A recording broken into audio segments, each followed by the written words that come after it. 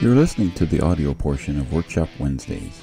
Workshop Wednesdays is a free live discussion about topics affecting accountants, bookkeepers, and business owners. You can join the ABO group in Facebook to participate live Wednesdays at 10 a.m. Pacific Time. Just search for ABBO in Facebook. This podcast is brought to you by Schoolofbookkeeping.com, where you will learn, grow, and build a thriving bookkeeping practice. We have hundreds of lessons with almost every aspect of the industry. Start your free month today at Schoolofbookkeeping.com.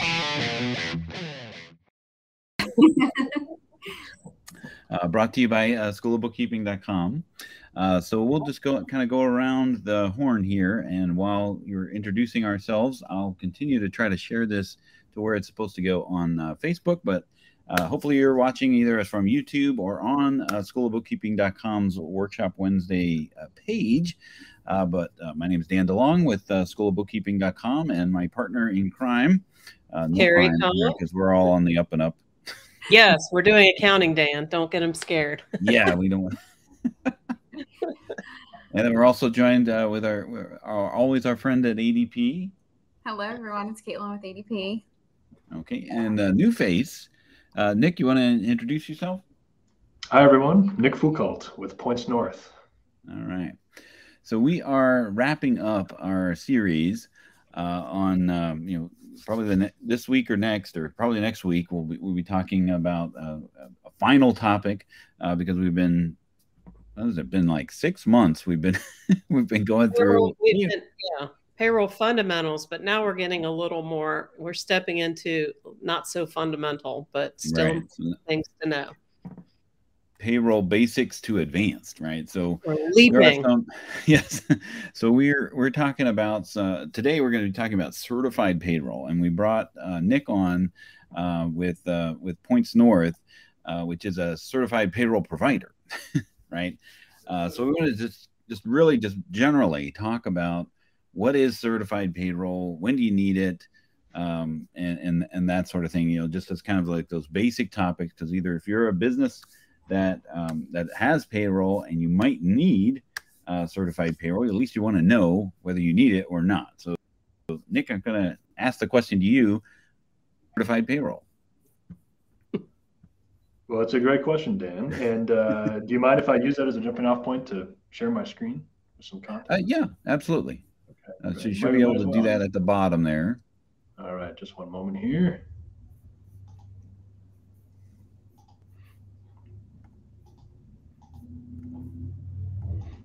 There we go. You can see the PowerPoint now. And then we got to turn it on. There we go. I got it. There we go. Excellent. Excellent. Well, you had a good starting point, Dan, because basically this is the agenda that we'll step through here today. Is just basically, what is this, right? What is certified payroll? How did it come to be? What's the Davis-Bacon Act, prevailing wage, some of these terminologies that are commonplace in this space. And then we'll talk a little bit about bacon. Yeah. We'll talk a little bit about some of the specifics around doing some of the reporting that is also required with all of this, and go from there with it. So again, just a little bit of a introduction to myself. My name is Nick Foucault. I'm with a company called Points North, and we're a compliance software solutions company, and one of our specific systems is called Certified Payroll Reporting. And having been in this space over 10 years now, I've developed a good degree of subject matter experience in relation to this. So I've worked with clients in all 50 states, and they use all different payroll platforms, including, of course, ADP, which is a great partner of ours for a long, long time, and QuickBooks, both QuickBooks Online and QuickBooks Desktop. This whole subject matter is really kind of the great equalizer as far as who's required to comply with it if they're going to take on one of these types of jobs. And so we're happy to work with anybody using whatever payroll platform they might prefer. And I always like to go back to the beginning when explaining what this is and what it's all about, which goes back to the Davis-Bacon Act. That's certainly a law name that sticks in people's minds, right? And so the Davis-Bacon Act is back from 1931, and it's the law that actually established the requirement to pay what are known as prevailing wages on public works or government-funded projects. So basically, you take on a project from the government. Because it's their project, they're going to tell you what to pay your employees. That's so a little bit. If I could kind of interrupt there. So if this became prevalent because people were paying less than what they should. I mean, I talk a little bit about prevailing wage and what that is. Sure. Exactly. What is prevailing, right? And so it was that basically there were underpayments happening for a variety of reasons as far as the government was concerned to people doing this type of work. And so it became a law that there was going to be a review of the rates that were prevailing or most common in certain geographic areas. And that was going to go into a determination of what the appropriate rate was to pay for a certain project in a certain geographic area. So you're exactly right about that, Dan. So it's based off of where you're at and what you're doing as far as geography, the project, but only if it has to deal with the government. That's right. Yeah, these are public works projects, government-funded projects. That's where this becomes relevant, and it is done by geography, and then the type of work you're actually going to perform: carpentry versus electrical, something like that. Got it. Okay. So sorry to interrupt. Go ahead. No, please. As I go through this, please do interrupt me if there's something that you're interested in discussing. Okay. And a little more detail, just again on the lines of what you were alluding to, this idea of that prevailing wage, so to speak, it takes into account more than just that basic hourly rate that you would have to pay the employee, $20 per hour for every hour they work, for example. There's also what are commonly known as fringes mixed up in this, right? And so what is that? Well, the contractor who wins the job has to pay the entirety of the value, so to speak, that the employee is entitled to based on their work on that project. And that value can be determined from a variety of factors, right? It could be that it's all going to be done in cash, $100 per hour. Maybe that's the entirety of what the prevailing wage really is. So the employee needs to get that $100 per hour value. And the employer says, here you go, here's $100 per hour. But it could also be that there are going to be a combination of benefits or bona fide fringes. Bona fide meaning there's some qualifiers around what's going to count. But the benefits, the fringes that you might be paying, a contribution to a dental plan or to a pension fund or to a training fund, some of these fringe rates can count also towards that overall prevailing wage rate, that prevailing wage benefit that employee has to get for the work. So it's not just the cash that you're paying them, as far as a payroll, because there's as we've talked about in some other other topics for the fundamentals, there's more costs that go involved with regards to payroll. So maybe personal use of a company car or things like that, right? Absolutely.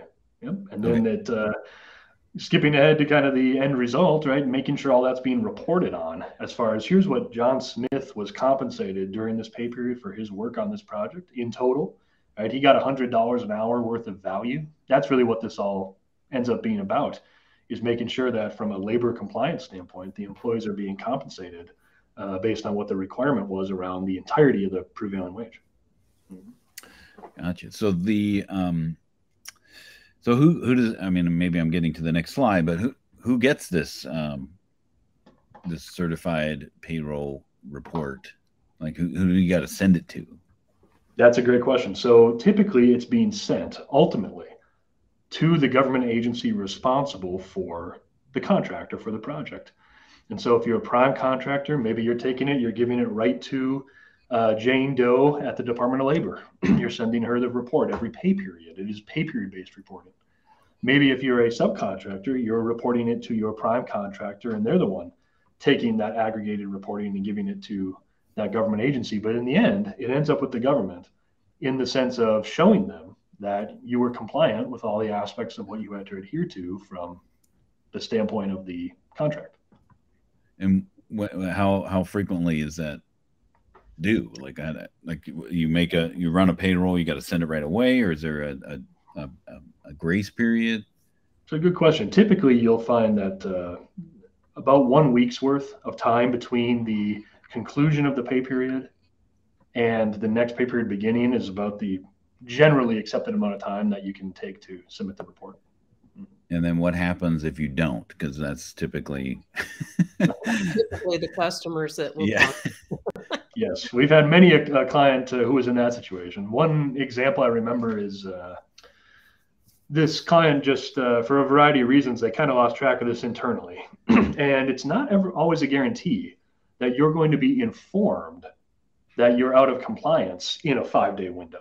Right? It may take a long time for you to be informed that you're out of compliance. And if you don't notice that you're not getting paid, which is the primary consequence of not doing this reporting on time and in the right format, you may not even be aware that this is transpiring. And so we had a client come to us who said, we're about 1.5 years behind on the reporting that we need to do for this project. And we just realized we have over $1 million in payments that are held up to us, and we're not getting that money until we catch up. And so the primary consequence around this, not doing it on time and in the right report format, is that your payments will be held up to you for your work on the job until all the reporting is finalized.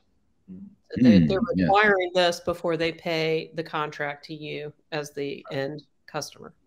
That's absolutely right. Okay. And then was this designed as a way for when you make bids on government contracts, was this designed that you're not going to pay you try to get more budget and margin out of your labor, kind of keep that fair? That's right. Yeah. The genesis of this all really is in that labor compliance sense, right? How are we going to ensure, this is the government thinking about this, that the employees, the labor on these projects is being compensated fairly? That's definitely where this originated. I'm reminded of the Shawshank Redemption, where the prisoners were forced to work and do all this stuff at a fraction of the cost of, and I remember the other contractor coming up and saying, hey, I can't win any contracts because you have these slave labor. So this sort of thing is just to make sure that they're, regardless of where they're working, they'll be able to get the same pay, as long as it's for a public contract, like a government. That's exactly right. Leveling that playing field, so to speak. Mm-hmm. So kind of the government's being a union type of thing, where it's making sure that the people doing the work are getting fairly compensated for what they're doing, right? Yeah, that's exactly it. Okay. So we've been kind of hanging out on the bacon here. What other? Well, actually, you alluded also to an item that I wanted to mention, which is, who does this actually impact, right? What type of industries are involved in this? And it's actually interesting. People always really think of it as construction, right? Somebody who's wearing a hard hat and is out on a highway or something like that. And that, of course, is the bulk of this, right? Heavy construction, buildings, highways, residential work, if it's a government-funded housing project or something like that. And that residential example is kind of one where you can start to see some jumping off points, right? Because we have clients who are in every industry you can imagine. I think one of the most unique ones is an interior decorator client. And they are a client because they do jobs in post office buildings. They decorate rooms in post office buildings. So this expands beyond that construction term that most people think of. And it is definitely something that you might be surprised around some of the government contracts that are out there, the industries that they affect. It's a wide net that this can cast. And we have clients, like I said, that are in every type of field you can imagine. So my brother-in-law is, or he will be in about 3 weeks. He is a painter, but he paints a lot of Chick-fil-A's and Taco Bell's and things like that. That does not require certified payroll reporting, right? That does not in and of itself. However, if one of those was on a airbase, and this is a real example of something that we've had as a situation, then it would be. Mm-hmm. So I wonder if, sometimes we've gotten bids for software, but we're not including any installation. But if we were, I imagine in order to get paid for the installation component, I'd need to do certified payroll to make sure I wasn't hiring out my 15-year-old child at $4 an hour. That's right. No child labor violations. Yeah. Right. Gary's sweatshop. And this is also definitely impactful in that small to medium-sized business area, right? Almost 95% of federal contracts are awarded to small and medium-sized business vendors. So this is definitely something that affects not only the big companies that sometimes have teams of people that are sitting around dealing with compliance reporting, but also the company where John Smith goes out and pours concrete all day, and then he has to come home and he has to handle this type of a requirement. And that's actually the majority of the types of companies that are winning these contracts. All right. What else do you have any other slides to share with us? A couple more slides here. This one we touched on about the frequency of this. Actually, there is a point I always like to make around this that people are always curious about. What's the frequency of the reporting, right? And so the easy answer is, well, it's a weekly report. But the more technical answer is that typically it's pay period-based reporting. And in the vast majority of occasions with government contracts, there will be a stipulation in the contract that you be a weekly pay frequency, at least the employees that you're going to have on the prevailing wage project. So when our clients are asking us about this from a subject matter standpoint, that's always the answer we give, because a lot of times people will discover, oh yeah, there is actually a provision in this contract that I have to pay my employees weekly. Right now I'm set up to be bi-weekly, or I'm set up to be semi-monthly. I'm going to need to adjust that to really be in compliance with this. And so ultimately the weekly reporting is really aligning to the idea that there's a requirement to be a weekly pay frequency. And again, that goes back to the origin of this from the 30s. People were not being paid, laborers were not being paid predictably. Right? There wasn't a good degree of standardization around that. So when they would get their funds was a little bit all over the board. So this was also an attempt to help standardize that and basically say, if you're going to take this job, the people on the job must be paid every single week. And that still carries forward to today. So do they have to ultimately either create their pay change their pay frequency in order to do that, or can they do that with these reports? Like, they'll have some kind of, pay, like accrued payroll as part of the reporting. It's a good question. Ultimately, they can still do the reporting without changing the frequency, but what will likely be a effect of that will be that whoever's receiving the report could review that and say, I have some questions about your pay frequency based on the data you give me. And that could then, circle back around to, we need you to change your pay frequency to be weekly. I always wondered by the one customer I had that had certified payroll, so I didn't dabble in a lot, but it was annoying. She had to do weekly payroll. Now I understand why, because I was always thinking, can't you just do this biweekly? This is painful. Yep. There's the genesis of it, all the way back to the 1930s. And multi-state and overtime and all that fun stuff. It was complicated. And it seems like it's almost kind of like a cart before the horse sometimes. Like if they don't put these reports in, they don't get paid, which means that they can't pay their pay their employees. So it could have a snowball effect. Now, Kate, I wanted to ask you, when you are talking to a prospective payroll provider, does this sort of conversation come up, and then so that you make sure that they're getting the right payroll product? Yeah, since we do partner with Points North, we work with them. Actually, my dad's company also uses Points North because of the bidding and everything of that sort. So I'm very, very familiar with Points North. So it's more about hearing the conversations, and it's not a lot of times comes up for like every conversation, but just knowing kind of like the keywords, what to listen out for. So you have your certified payroll radar up, and if they say government, contracting, I just say, hey, ADP doesn't do it. There's some things ADP is good at, some things we're not good at. That's why we partner with Points North, and I just pass them over to them, and that's where we can work together and make sure that we get everything all handled. Got it. So I'm kind of curious if there's anyone that is watching, if you've ever had to or needed to create certified payroll reports. You can throw that in the chat, so we can kind of continue this conversation. Nick, any other topics that you want to cover? I think this is super helpful. Oh, good. Yeah, just a couple more key points, right? Doing this type of reporting, is intensive, right? And so even the Department of Labor, by their own admission, says that it'll take you 55 minutes to create one of these reports properly and to submit it to the right agency. So this is something where sometimes people wonder, is it really this intensive? Is it really this detailed? It is. It is. And that still goes back to the origin of all of it, which is it's important in the government to make sure that the employees on these jobs are being compensated fairly. And so the creation of these formats, and I say formats plural deliberately, takes some time.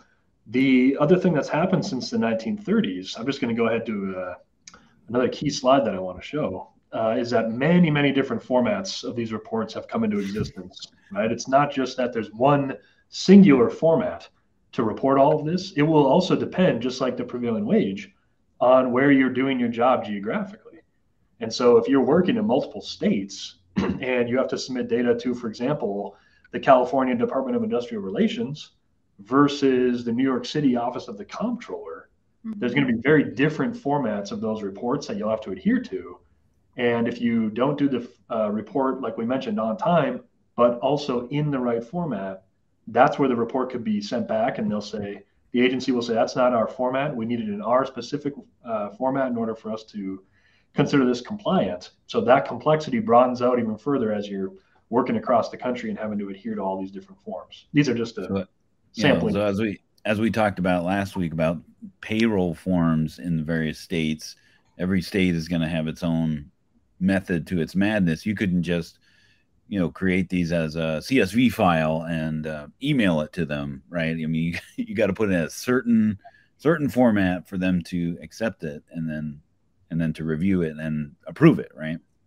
That's absolutely right. And the PDF formatting of these reports that are still oftentimes required to be printed out, signed by hand, put in the mail, right? That's still very common. More often now, you can actually email a PDF version of a report to someone and have it digitally signed. But there's also a requirement around electronic filing with a lot of this now, where certain states and certain third parties contracting with states receive this data electronically, and those formats are all different too. So there's definitely a requirement to know the format, depending again on geographically where you're going to be doing the work. That sounds like it's riddled for delays if you if you have to mail it in and have it signed in order for someone to review it. Is that common for those states or those places that only are using that method? It is. And 10 years ago, 11 years ago, when I started in this space, I will say it was a lot more common that printed out, sign it by hand, mail it in requirement was prevalent. That's definitely now started to transition to the majority of these being acceptable to email. So that's certainly cut down on the delays. But now even more, it's shifting to the electronic filing aspect. But yeah, when there's still a requirement to print it out, sign it by hand, and mail it in, that's when you're going to be at the biggest risk for delay. And sometimes people are surprised that is still a requirement, but it is in certain areas. It definitely is. So I'm going to take a wild guess, and that Points North will kind of streamline this and automate it for people that need to do this, right? Mm-hmm. Oh, certainly. Yeah, we can integrate with payroll. Like you heard, we integrate very well with ADP. The data from your payroll processing flows into our system through that integration, and then onto whichever report formats, the specific formats that might be required based on the contract. So that is exactly kind of the crux of our solution. Is we have clients in all 50 states, and they use different payroll systems, and we want to receive that data and get it onto these very specific formats that payroll systems just aren't able to keep up with, because the formats do continually change, they continually evolve, and it has to be right, and it has to be on time. So that's exactly what our system is geared towards helping with. Yeah, because I mean, from my years in QuickBooks support, I knew there is an option for certified payroll in Excel, but that's as far as I took people, right? Just, clicking that button as far as, whether or not it was correct or not. I really couldn't tell people whether it was or what the output was. But just getting them to that point, and that's typically where we would kind of stop, is like, once it gets data in there, then we're kind of done with that. But you ended up Points North will see it to the final destination, right? That's right. That's exactly right. Okay.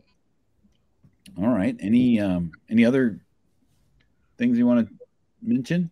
I'll just conclude here with, again, just kind of an overview of all the industries that this can pertain to, right? It's very broad. And so sometimes people think, well, I'll never come up against one of these jobs. It's just not anything I work on. But more than likely, you might find that there is something out there that is a available prevailing wage contract that fits your industry. Another unique example is a client we have in the entertainment business. They do stage curtains. Well, you wouldn't necessarily think of government with that, except when it becomes a contract with the school.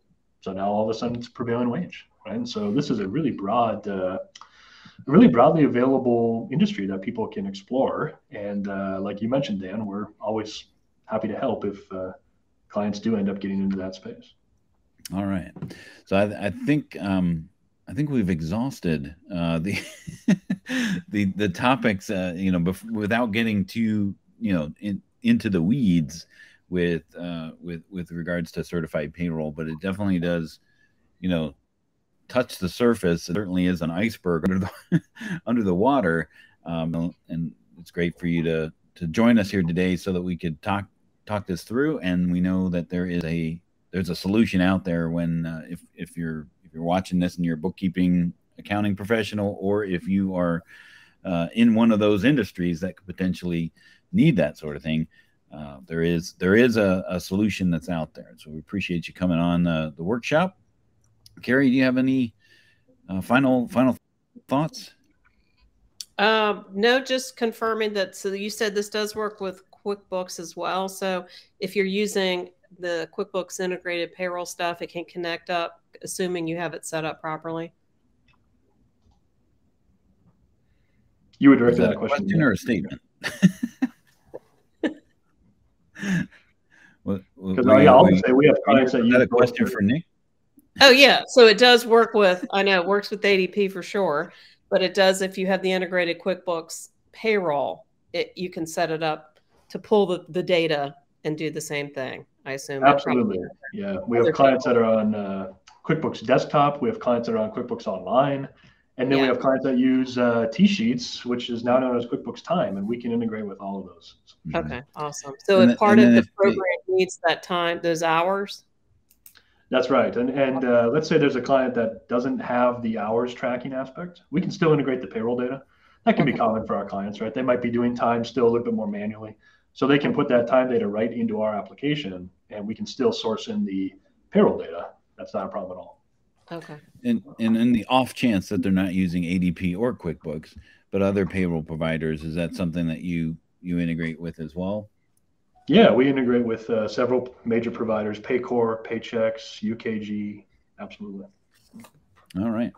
Well, thanks again for joining us here today. We've so next week on the workshop we'll be continuing this. What happens when it's more than just creating paychecks, and we'll talk about the total source option. When you're taking your payroll or your business to the next level, and you need kind of like an all-in-one payroll solution that it does not involve you as a business owner, or it does involve you, but not most of the decisions with regards to your payroll. So we'll have so Kate's going to be bringing in some cleanup hitters from ADP to talk a little bit about that, and then we'll wrap up our sessions on payroll fundamentals and start something new. Real exciting. Yeah. So thanks for joining us on the weekly workshop Wednesday, and we'll see you next time. Bye, everyone. Have a great week.